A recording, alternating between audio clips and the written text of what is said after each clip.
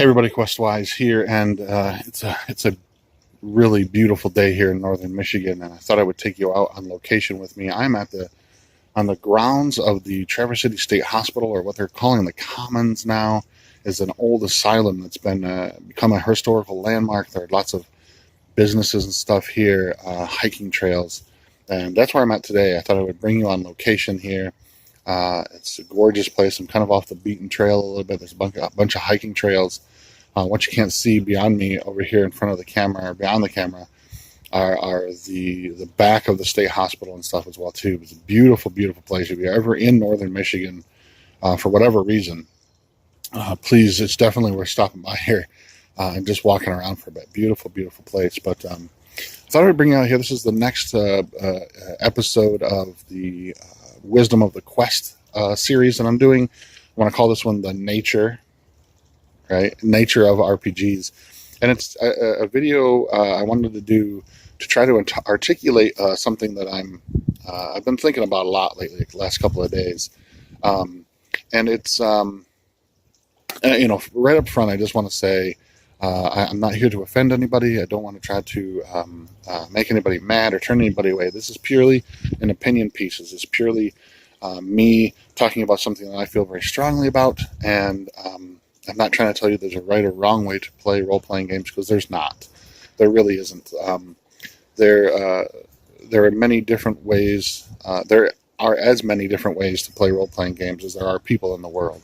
And my theory is that as long as you're having fun, you're doing it right. But the article I read, and I'll try to tag down below in the comments a link to the article as well. But it's the idea of being paid to be a professional game master or professional dungeon master. This is something I take a lot of great offense to, just because I'm so passionate about the hobby. I feel like it's my duty to spread the hobby however I can, and to enrich the hobby, and to do whatever it is that I can to make the hobby a better thing, a better community as a whole. And so I feel like the idea of being sort of paid to run a game is to me sort of offensive. And I not to say that's offensive to other people, and I might have a different opinion on those kind of things if maybe I were in a larger city or someplace that there are dozens and dozens and dozens of people who are looking for someone to run a game. But I don't, and I live in a small community, and I play a lot online, and I play with small groups of people here in my local area. And not to say that I don't take, I'm not offended by or feel wronged by, giving a free pass to a convention to run some games, or if somebody brings a pizza to bribe the GM, as it were, during a game session.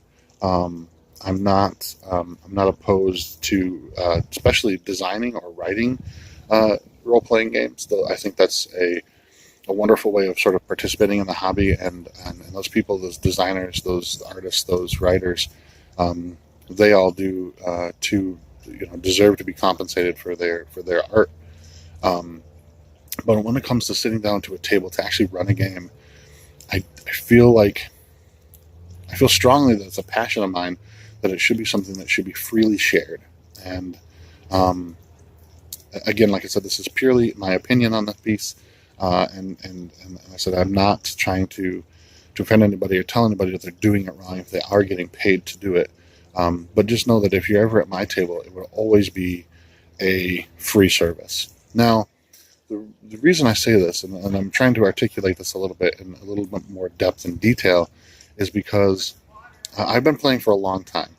I started playing when I was 14. I started to run games, game master, dungeon master them when I was about 16, 17. It was my first year in college that I got a chance to sit down and actually run a game for the first time. And since then, I'm 43 now, so I've had a little bit of time. And I've been pretty consistently playing role-playing games the entirety of all those years.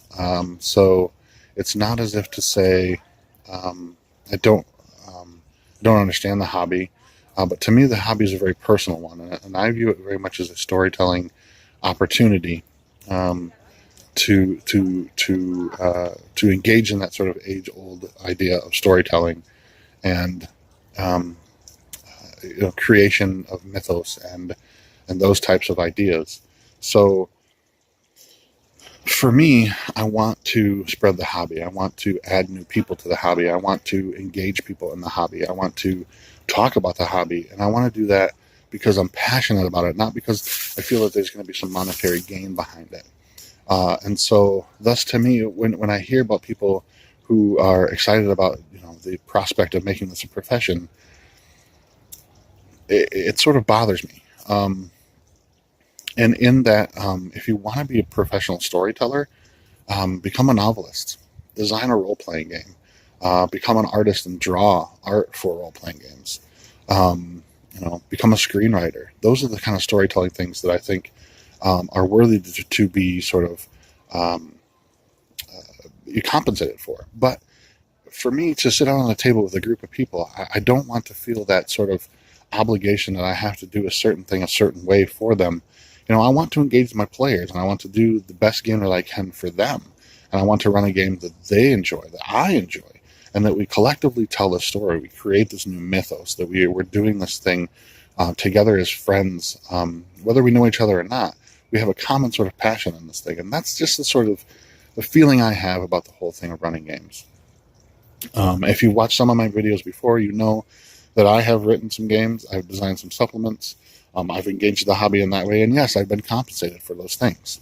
But I feel like when I sit down at the table, I don't want there to be any obligation to the players whatsoever, other than to have a good time. And we'll go into those later. I want to do another video where we talk about how to engage players and how to creatively tell stories together, the art of the narrative itself, and how to sort of gear games towards people who want certain things out of those kinds of games. This is just a short rant. Again, like I said, this is purely my opinion. This is totally from my heart. This is the kind of thing that only really I engage in. And if you're out there and you're a game master, you're a dungeon master, and you're being paid to do it, good for you. I mean, I'm glad that you're engaging in those kinds of things.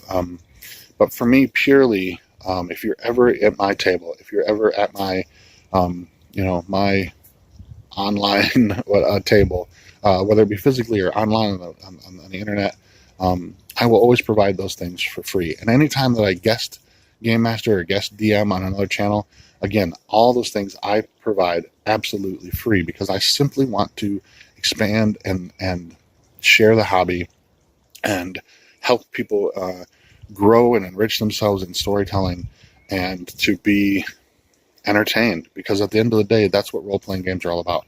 They are games where we're entertained, and that's simply how I want people to feel when they leave my table, is that they were entertained and they had a good time. And again, I can't say this enough, but if you're having a good time, if your players are having a good time, then you're doing it right. There's no wrong way to role play. Until next time, I'm Questwise, and I am out.